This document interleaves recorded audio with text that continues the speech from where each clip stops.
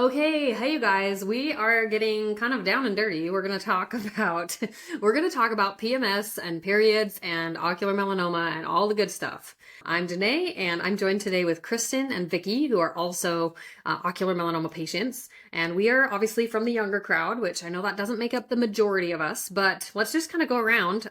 What's one women-specific issue that you have dealt with or struggled with more since your diagnosis? Kristen, do you want to go first? Sure. Hi, everyone. I'm Kristen. I live in Chicago. I was diagnosed in 2021, so in my mid 20s. I would say that a couple things, just shortly, what I went through would be fertility questions, differences with birth control, periods, beauty standards, as like my appearance and body physically changed with treatment, and yeah, just overall lifestyle changes in my mid 20s that came about with my diagnosis. Yeah, no, and obviously, like, none of us ever asked to be in this club, let alone to have to deal with being like a young hormonal, like, your body is doing all kinds of normal things that it should be doing when you're in your 20s or 30s, and then you're also dealing with treatment and side effects and anything else. And I love that you summarize so many of these different issues, Kristen. So we're going to come back to a lot of those. Vikki, what about you? What's like short answer, like one thing that you feel like you've had to deal with during your diagnosis? Yeah. Hi everybody. I'm Vicky. I am from Colorado and I was diagnosed with ocular melanoma in 2019 when I was 24. And I think for me, yeah, the biggest thing that stood out was, am I going to be able to have kids one day? Had been with my husband for, we'd been together since we were teenagers. So we were obviously talking about marriage and having kids. So that was like one of the forefronts that I had thought about on my Yeah. original diagnosis. Yeah. Oh my goodness. Yeah, so many things. So I'm also going to be participating in this discussion because I am also a patient. I was diagnosed in 2020 and I'm now currently metastatic. I live in Arizona and I have three kids. I was actually done having kids, or we could, argue that cancer decided I was done having kids for me, which was not really fun to deal with. But I will just say that, one of the things that I feel like I have had to deal with is that I have really severe PMDD. And that it just makes navigating all of the emotional turmoil that cancer brings into your life that much harder, especially 1 week of the month. So that's kind of what we're gonna talk about today, you guys. Like, any of you guys listening, please share this video, subscribe, like, and comment below if you want to tell us a little more about the things that you deal with, or just anything else that you guys want to have a discussion about. We would love to hear from you, and we're so glad to have Kristen and Vikki. And obviously, we know that we are three voices in many. So if we don't cover something or we say something that is somehow invalidating to you, like, please know that we're just sharing our personal experiences, and this is in no way meant to be medical advice. This is just us getting real about being women, young women, dealing with OM. So let's just talk a little about your eye treatment. How did this, interrupt or not interrupt your day-to-day life? Like, you guys were significantly younger than me. I mean, I was 28 when I was diagnosed, so I guess we were all in our 20s. But like, with your eye treatment, did you have, some major interruptions to normal life, or even like your cycle, and obviously like plans for the future? Let's just kind of talk a little about that. And let's see, I'm going to start with the youngest. Like, Kristen, I'm going to have you go first. Okay, sure. Yeah, I think I was 26 when I was diagnosed. I mean, it was January of 2021. And everything for me came about pretty quickly. I had gone a year of going to doctors and trying to figure out why my eye pressure was so high.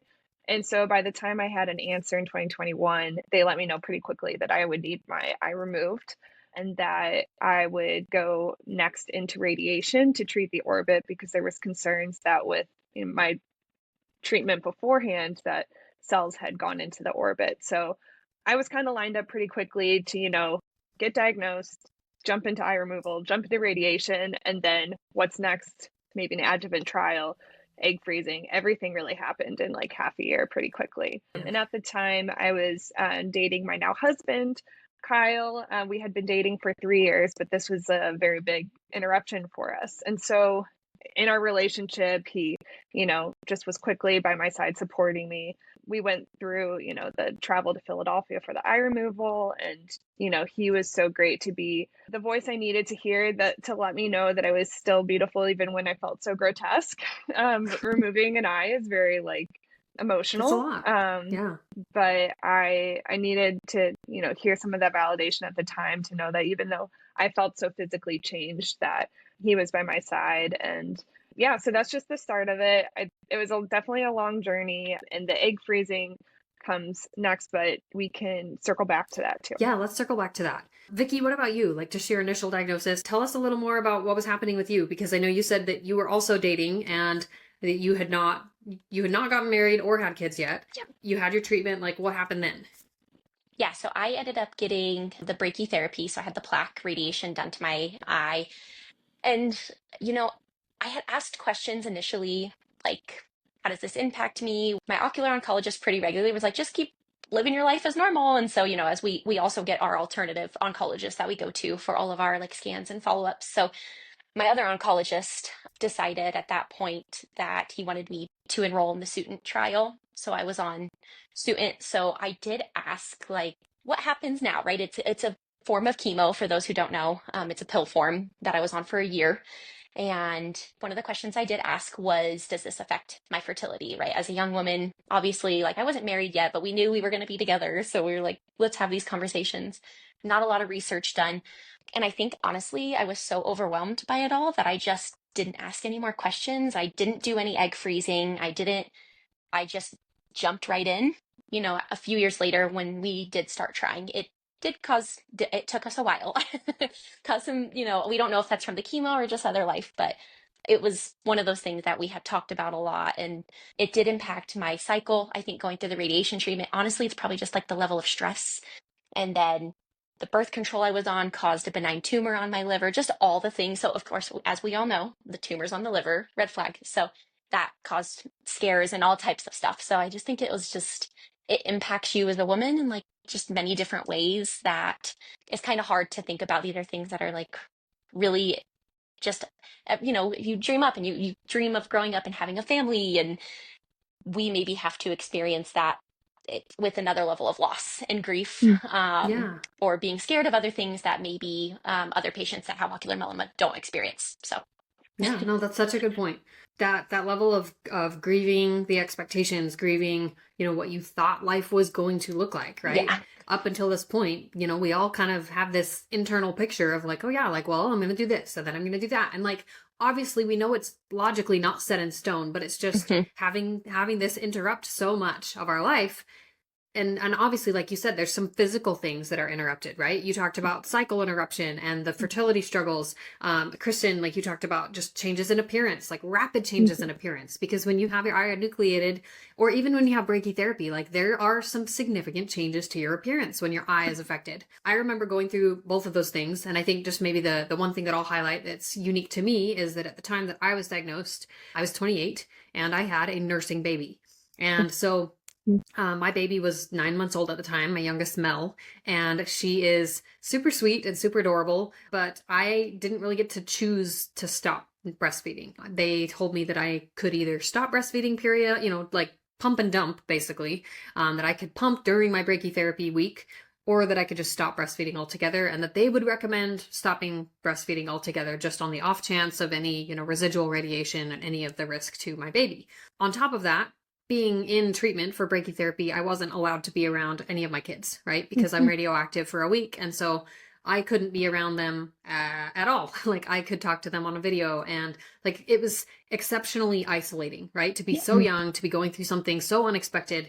And it all comes together really fast. Like I know, Kristen, like we've actually, I think, shared a little about your story on the podcast before, and I know yours was a really long drawn out process, but for the majority of us it's a pretty fast, like you get an appointment and then suddenly they're like, oh, you've got a tumor in your eye, we got to treat that, and within a month or two you're having treatment, like for the most part, maybe not everyone. And so it just goes so fast. And once it's all going, the ball is kind of just rolling. And then you get, biopsy results. If you have a biopsy, then you have the fallout of dealing with that, right? And then that leads into potential trials that you might participate in, which I also did, right? Like I did the brachytherapy, and then I found out I had a class 2 tumor. And so then like all of the grieving pieces of like grieving my vision, grieving life as I knew it, life without cancer, all of that like kind of culminated to then doing a clinical trial and dealing with, the potential side effects of that, which again, like I did the same trial that Kristen was. We were on the VPA and Sutent combination trial. I think roughly about the same time. Like I think you started maybe a year after I did because I was diagnosed earlier than you. And Vikki, you just did soon. And you just did Yes. Suited, right? Yeah. Just the student. Mhm. And so like we had some of the same issues, right? Like Kristen and I, and well, all three of us, we had the Suited, which, well, if you didn't know, it's a chemo, and chemo can affect fertility. Like they don't really know for sure how much, and they can't guarantee you anything. And so again, like I was at that point feeling like, okay, like I've got a class 2 diagnosis and I'm also taking this drug. Like I don't want to risk having more kids in this kind of a situation, like in this much uncertainty. I don't want to go through this again with another baby. Like that didn't feel like something that I could handle. But I already had 3 kids. Like I was not in the same situation as you guys where you hadn't even had the chance to solidify your life to have kids, like, or even contemplate that. Like it kind of like speeds up the timeline is kind of what I'm hearing, is like it speeds up the timeline a little bit of like, you have to talk about these things or they may not ever get talked about. Castle Biosciences is a proud sponsor of this I Believe podcast. Castle's innovative uveal melanoma tests provide valuable information about the risk of your eye cancer spreading to help you and your healthcare team individualize the management of your disease. To learn more, visit castlebiosciences.com. Yeah, and I'll piggyback off that. So, what I found really interesting with that, with the trial, the student BPA trial, and, fertility questions, I had asked those questions of like, what does this mean for fertility? Like, I'm not at that point in my relationship, but I could be down the line, and or I could just be on this drug for years until I'm in my 30s. And then that makes obviously fertility even harder at that point.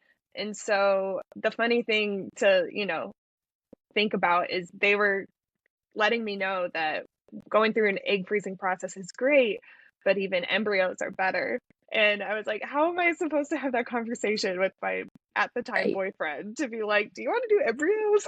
No, we're just dating.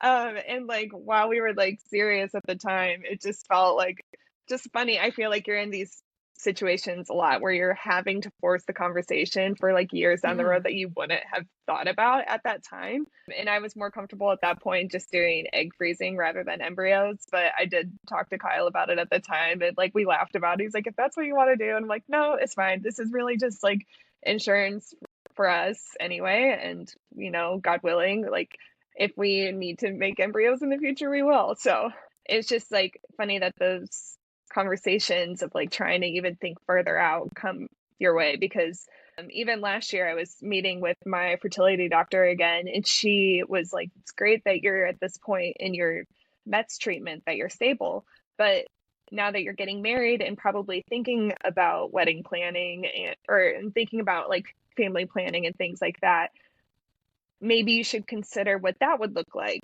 Would it look like surrogacy? Would it look like adoption? I'm like, I'm not ready to go there yet, and I think there's a lot of times where these conversations are brought to our attention before we're ready for it, because a lot of times when you're at this, for any patient, when you're diagnosed with ocular melanoma, you're thinking in your 2-month windows of like 3-month windows of between scans. And it's very hard to be presented a 3-year plan and try to like have that vision forward. Yeah, no, that's a really good point. And I know like for Kristen and I, that's a little bit more challenging than I think. I mean, not to say that it's not challenging for Vikki also, but because Kristen and I already have a metastatic diagnosis to deal with, like it's that much more real of like living in those 3-month increments, or just kind of like there's this desire to plan for the future without really being able to concretely plan for the future. And that's definitely, it's a lot. Yeah, I also would validate, what Vikki probably felt too, is that like even when I was in my no evidence of disease phases, I was like, what can I like responsibly plan for, and it was like, can I responsibly plan to get married? Can I, all of these things that when I was dating Kyle at the time, I was like, his path is intertwined with mine. And, if we continue to move forward, there's just question marks everywhere. And so I think that for any stage of diagnosis, it's definitely really, really tough. Yeah.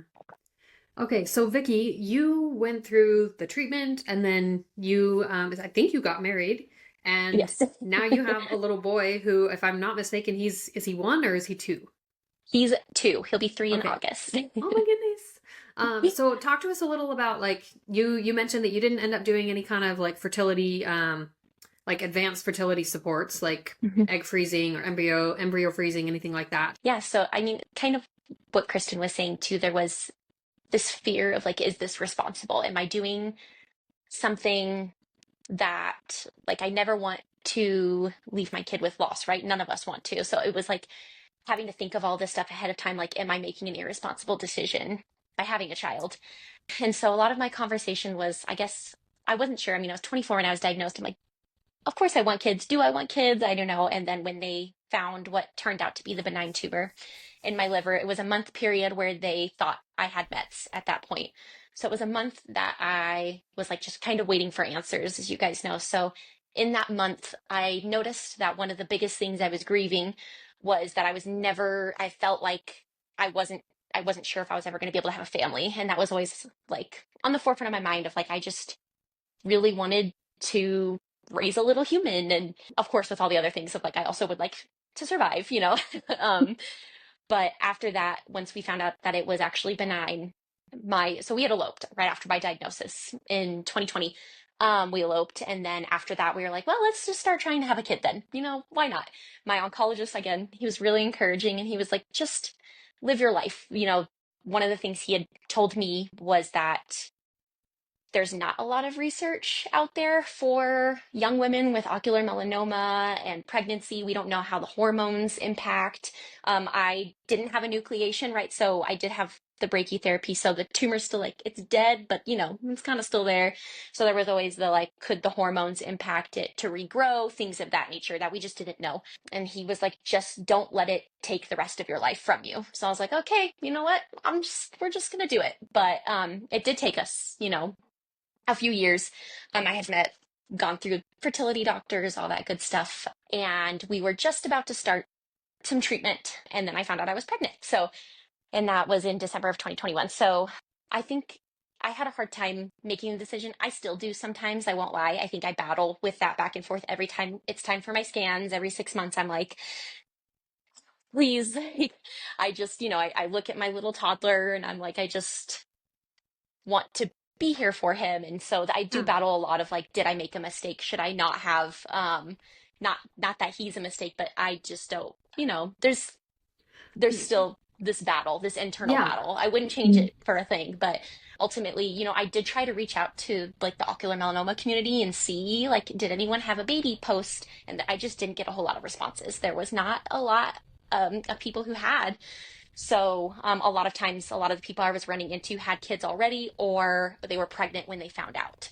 So I just kind of decided to just wing it and hope for the best. You know, I think that's kind of just like the messiness of life. Like you know, my oncologist even told me, so he's like, you could be driving home from work and get into a car accident. Like life is life. So you may as well just live it to what you want to live it as. And I was like, you know what? That's absolutely right. So I wouldn't say that the decision was easy or light, especially with not really having like a lot of people who decided to have kids post treatment. But I just say that like anybody, again, not medical advice, but anybody who wants to do it, like I just think the motto that I was trying to live by was I'm refusing to let cancer rob me of everything, especially us being in our 20s. Like I just didn't want it to take more from me than it already had. So I was like, I'm just gonna do it. And it's been great. I mean, we all know there's ups and downs with like scan time and still having to like do follow-up treatments and all that good stuff. But honestly, I think it was the best decision I made. And I kind of felt like I was taking a little bit of my life back from cancer, if that makes sense. I was able to be like, you know what? My life isn't yours. This is my life. So Vikki, I love this. I absolutely love your way of framing this, and I'm so glad that you shared this. I know we were talking before we started recording, we were talking about books and like so many good books, right? And there's a really good book that I read. It's called The Happily Ever After Playlist.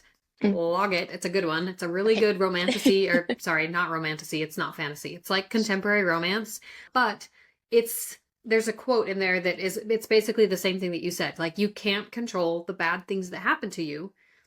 All you can do is decide how much of you're going to let them take.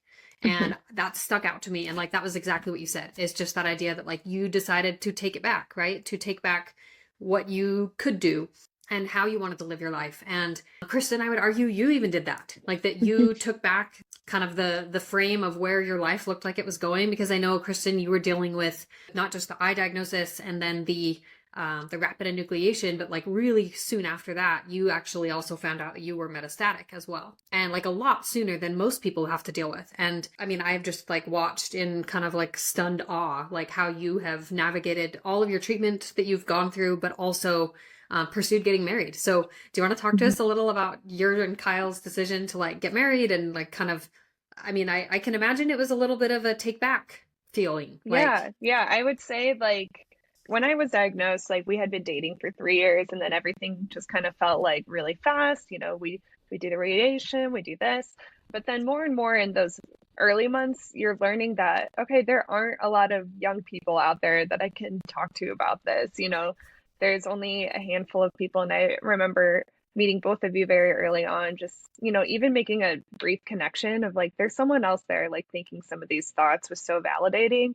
But early on, I did try to give like Kyle a choice to be like, this is what happened to me in my early 20s, but you're also in your early 20s and this doesn't have to be your story. And he did not take the out, which I was so thankful for. But I felt like in that point in our relationship, when I was learning that, this isn't like what you would think of a quote unquote classic cancer that has a point for remission. Like this could stay with me for the rest of my life and likely will, just thinking about like all of the questions that and uncertainties that come with that. And so we made the decision to stick it out together, whatever that looks like. And so the first year was just kind of reacting to a lot of the next steps, radiation, egg freezing, things like that. And then the second year of my diagnosis, when I got the Mets diagnosis, and we knew it was a possibility because of the percentages that are out there for metastasis and the close scanning that I had been doing. But I did a year and a half of Kimtrack to start, and I got in a really good routine with that. I moved closer to the hospital. We moved in together so Kyle could help support me. And after pretty close, once I got to that year and a half of Kimtrack and needing to pivot to the next thing, is actually when we dove in and decided to get engaged. And at this point, we had probably been dating for like 5.5 years or so. And it was, people like ask all the time when you're at that stage of like, are you guys going to do it? Are you going to get married? And for me, it was such a bigger, complicated thing because I was like, I hope so.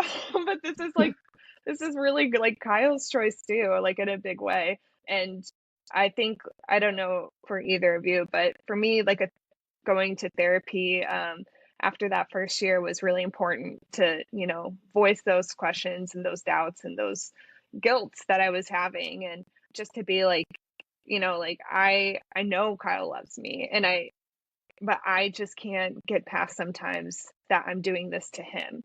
And so having those therapy sessions were really helpful for me to build the confidence to dive in, like Vikki said, on life and live it. And, I was like, this could also be like helpful for other people, like this is our story, our testimony, but like how great is that gift to show that, we're choosing life, we're choosing to live it, and we're choosing to be together no matter what we're facing. And so it was definitely like a hard thing to step into and got more complicated in our engagement season because later I switched to liver directed therapy, right? Like during bachelorette season, shower season. And so it got a little bit more intense in the middle of our wedding planning. But thankfully, since October, I've been on a treatment break. The liver directed treatment is doing really well, and I've been stable since October. We got married in January. So we had really nice months of treatment break and, continuing on after that of just enjoying like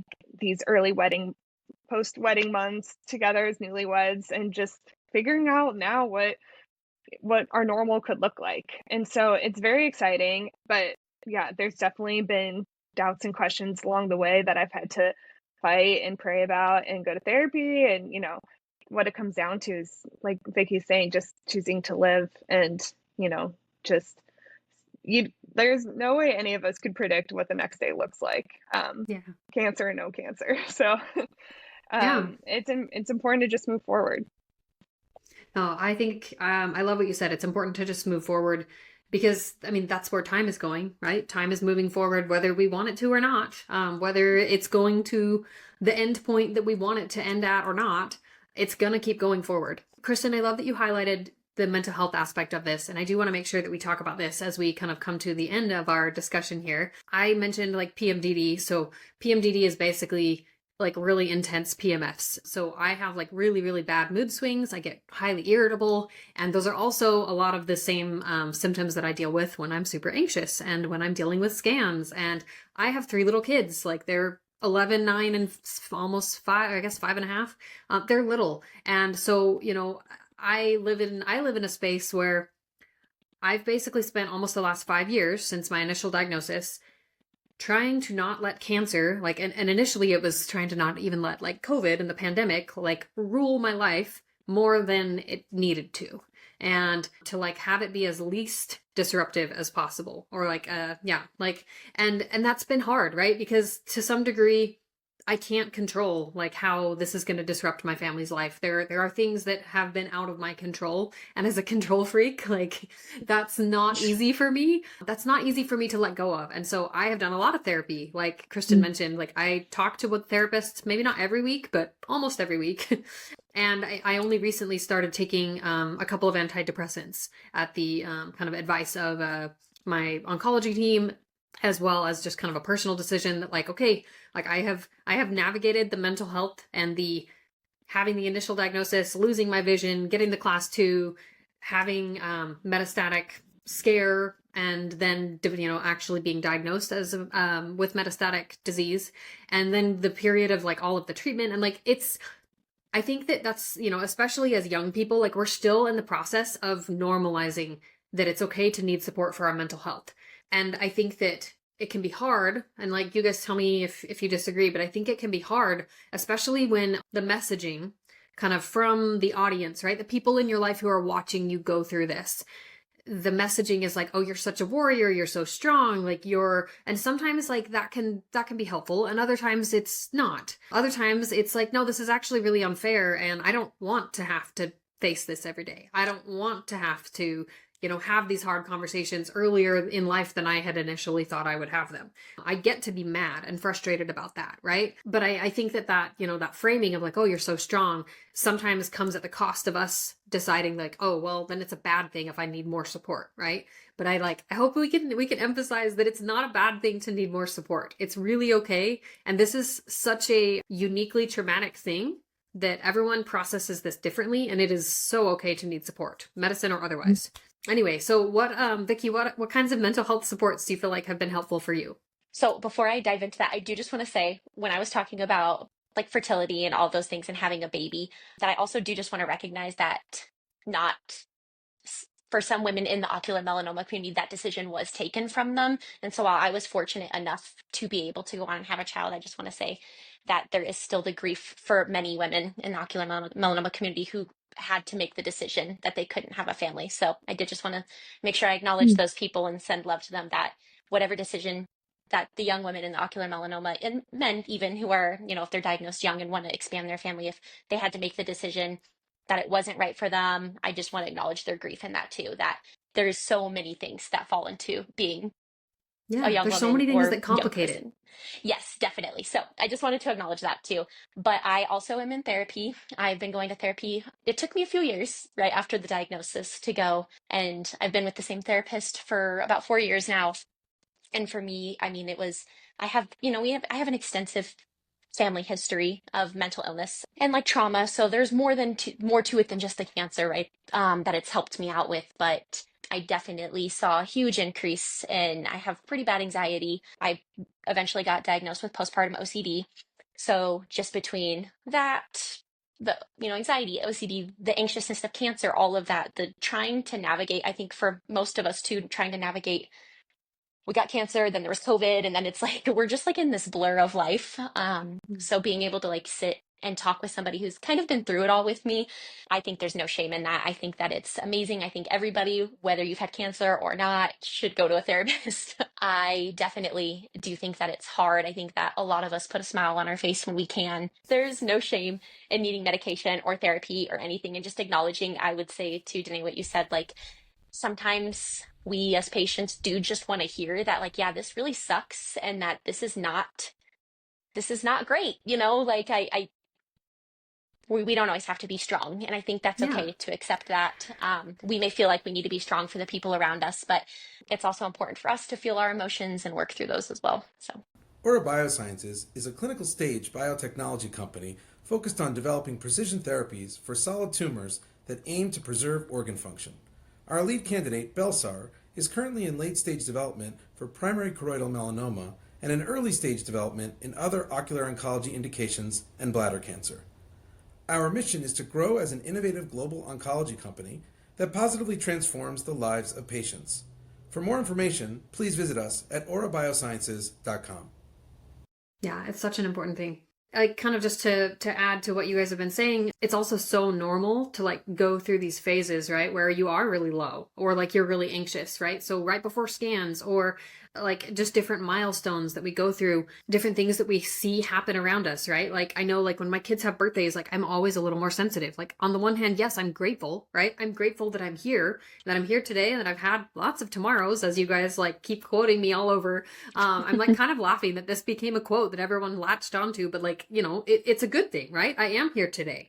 I'm gonna be here tomorrow, like, and those tomorrows do add up. That counts, right? But it doesn't take away the fact that the fear is still there and that I have to grapple with that and that I have to face that, in different ways, at different times, and sometimes more so than others, right? Like if I have a recurrence, if there's a scare on my scan, if I have a friend who unexpectedly or even just who just passes away, like people who we know in our community who we love and who we've grown close to. Those are challenging things to go through as an individual, as a community. And you guys, like we're here for each other the best that we can be, but it's okay to need more than that. And I also wanted to touch on kind of what Kristen was talking about, like with her husband, just the idea that like, okay, this is happening to you and it's also happening to your family, right? To your partner, to whoever you choose to share your life with. And that it's okay to need support for them, for you, it's also okay for them to need support. And I think that especially as women, like I'm just going to say it, like we tend to take on a lot more. We tend to take on a lot more than we actually have the capacity for, especially like people like us who are like that type A, like we like to be in control. We like to do things a certain way. It can be really, really hard to like acknowledge that we can't, do all the helping, right? And like it's been challenging for me to accept that it's probably better for my kids to have a consistent therapist than to only have me to talk to, right? Not that I don't want them to talk to me about the hard things that they're dealing with in life or any of that, but that they're at an age where it's important that they know that therapy is a good thing and that they have gone through enough in their young childhood that therapy is really very warranted. But it's hard acknowledging that like I can't that I don't have the capacity to help everyone and to be there for everyone in all the ways that I want to. Guys, we've been through a lot in the last like 5-6 years, just like cancer aside.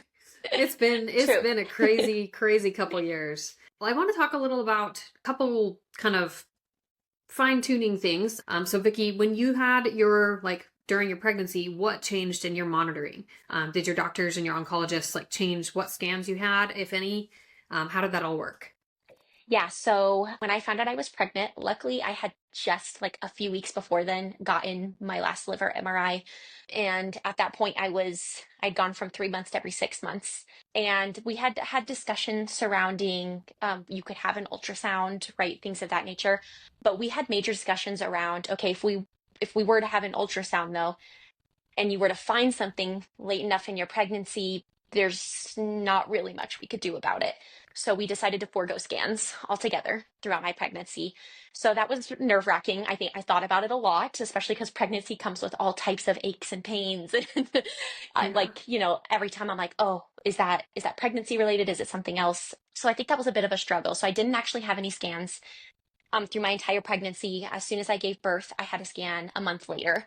So there was a lot of anxiousness around that, right? I had gone almost a year at that point without any form of monitoring. So I was just really anxious that I was going to have a newborn, and then we were going to find something. Luckily, it was all clean. But with that, I was also breastfeeding. So there was navigating okay, so you're brand new at breastfeeding. but now you have contrast in your system. So we have to figure out, here's the science between like, you could just keep nursing. We don't, the contrast could, you might want to pump and dump for a day. Like there was just all of that. Yeah, like all the I think that added questions. just like an extra level, but we did forego the scans. And I think, that just adds pregnancy is already stressful. I had a high risk pregnancy, so there was that piece of it too. And just adding that extra level, right, is not something that was easy. I hear a lot, as I'm sure people are like, are you going to have another one? And I'm like, no, no, I'm not. I think once was enough, the stress and stuff that goes through having to have just the extra level of like cancer on top of all the other things that pregnancy and having a baby brings. So, just having to wait for the results of the scan and just going so long without it is definitely stressful too. Yeah, for sure. Well, okay, I'm glad that you talked about that because I think that's something that is, I mean, it's worth talking about, right? Like that's such a personal decision, and that's definitely a decision, to be made with your doctor, to look for maybe alternative ways of monitoring, and hopefully as science gets better, because it's Yes. getting there, guys. Hopefully as science continues to evolve, we will have like a reliable blood test that we can have, right? Like where they just draw your blood and they can tell you, oh yeah, there's circulating tumor cells or there's not, and hopefully that will get more precise. I know like right now it's a little like some people can see it, some people can't. But thank you for just opening up that space, and I think just sharing that it could be okay, right? That it could be okay to forego the scans and to, Yeah. I would argue, not let cancer rob you of what you're experiencing, right? Of having your pregnancy and just going through that period of time without the added layer of cancer, right? Sometimes we have to put cancer in a box and we just Yes. close the lid and we lock it tight, right? And that's okay. Like, it doesn't mean that we don't have to unlock it sometimes and look at it again, but it does. It's almost like, Kristen, I feel like you and I maybe compartmentalize this differently than other people do, but I don't know. Like I just feel like sometimes like I'm literally just living my life, and I'll go from, okay, yeah, I got really bad news on April 1st and I was devastated for a week, and then like a week later I'm like, yeah, I'm fine. Like, and people are like, how are you doing? I'm like, I'm good. I'm like, I'm fine. Like, what choice do I have, right? Like what choice do we have other than to just keep on keeping on? Have you guys had any, like, I know, Vikki, you briefly mentioned like interruptions to your cycle, kind of adjusting to things like that. I know I've definitely had some like periods of like, okay, what is going on and why is my period doing weird things? And it's always, I think my level of stress has been anytime I'm late and I'm like, oh crap. Like, even though we have multiple layers of like birth control in effect, is there a chance I could be pregnant? Because I'm in a place where if I were to be pregnant, I would want to know as early as possible, because I would not want a pregnancy that was too far along, to be something that I had to choose between pregnancy and treatment, and that's a challenging choice, right? That's a really hard decision for me to have made ahead of time, and so it's emotionally very distressing if my period is ever late. I'm like, oh my God, no, we cannot deal with this. Usually it's fine. But have you guys had any like kind of ups and downs in your cycle? Anything that's affected that? I know, Kristen, you've been on Kimtrack. Have you had cycle changes because of Kimtrack? I don't think I can't know a time where my cycle was inconsistent with Kimtrack, but I do just remember it being like an inconvenience for It's for such an especially inconvenience. yes, especially for like when I did liver directed treatment. I remember one time I was just like finishing a cycle and they're like, have you in the gown? And I was like, oh my goodness, like I'm so embarrassed right now because I'm on my cycle and I'm about to get all these tubes. And so I was like, is there anything you guys can do? I understand I can't like wear anything. They're like, we'll give you some disposable underwear. Like, be real here, guys.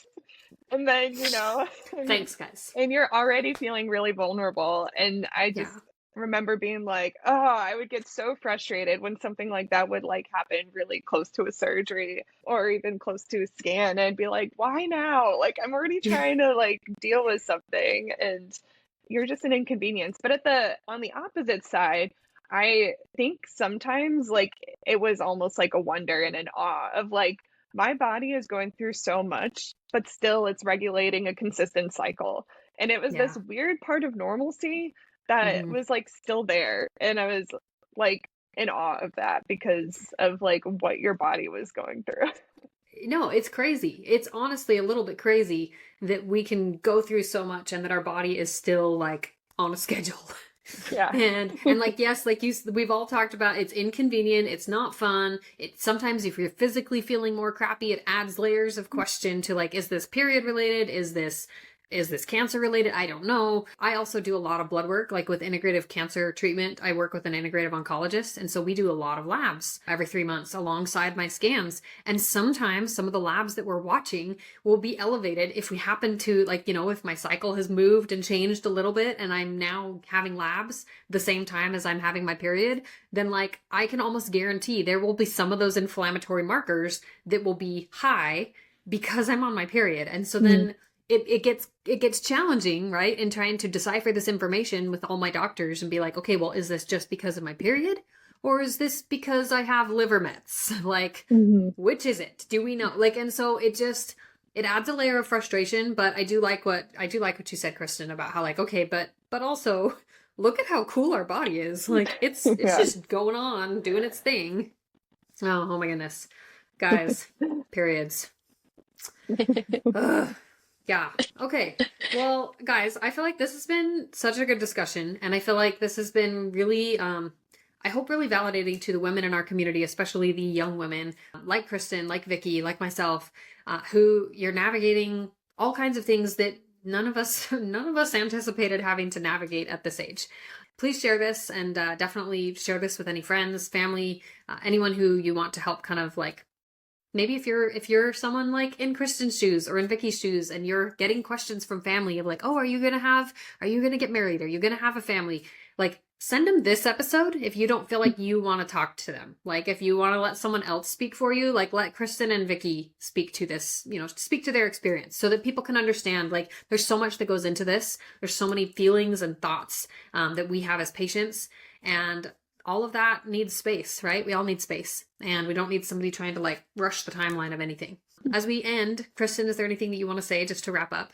Just thank you for having me on. This has been a great conversation. And I think my message to anyone out there listening is that just know that you're not alone in this. I feel like through the process, it could feel like you feel like you're the 1% of, I'm young and I'm single and this, and no one else out there is like can relate to what I'm going through. Or, I'm recently married and want to have a kid. And I think like just in our community, there aren't many of us out there, but know that there are voices out there that you can reach out to like have some of these questions with, and that there's, like we talked about, there's spaces in therapy to talk about your concerns too. I remember thinking like, do I need like a cancer specialist therapist? And I ended up just finding someone who specialized in anxiety and depression. And it was like, these are really the topics I need to discuss. And so, yeah, just know you're not alone. Know that what you're going through and what you're feeling is so valid, and that there are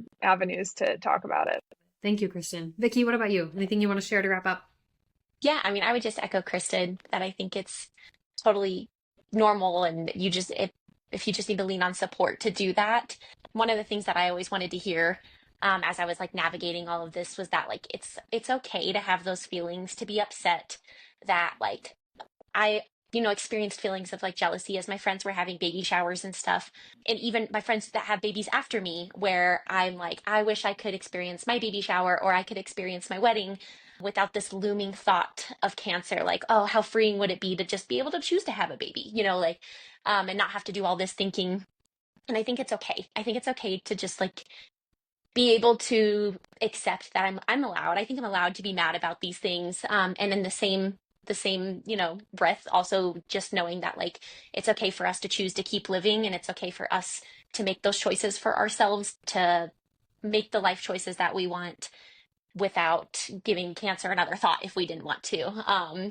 Harder, I mean, it's easier said than done, but I just think, yeah, leaning on support, making the decisions that you want to do, and just try your best to keep chugging along and trying to live your best life, basically. No, I love it. Thank you guys. Thank you guys for listening. Please make sure to hit subscribe, share this video, share this podcast with somebody who might benefit from just learning a little about our experiences. And again, I'm so thankful to Kristen, Vikki. Thanks for sharing your stories and for being here. We will see you guys next time.